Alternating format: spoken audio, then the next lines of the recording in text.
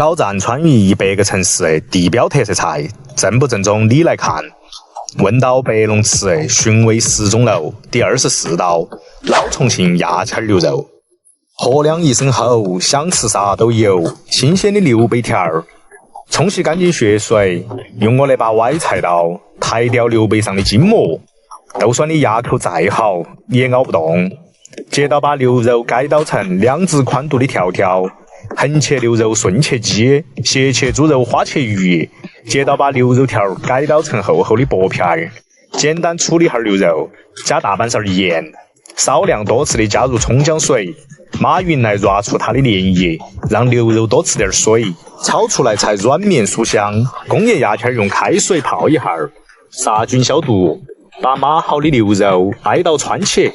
我在想，为啥子非要用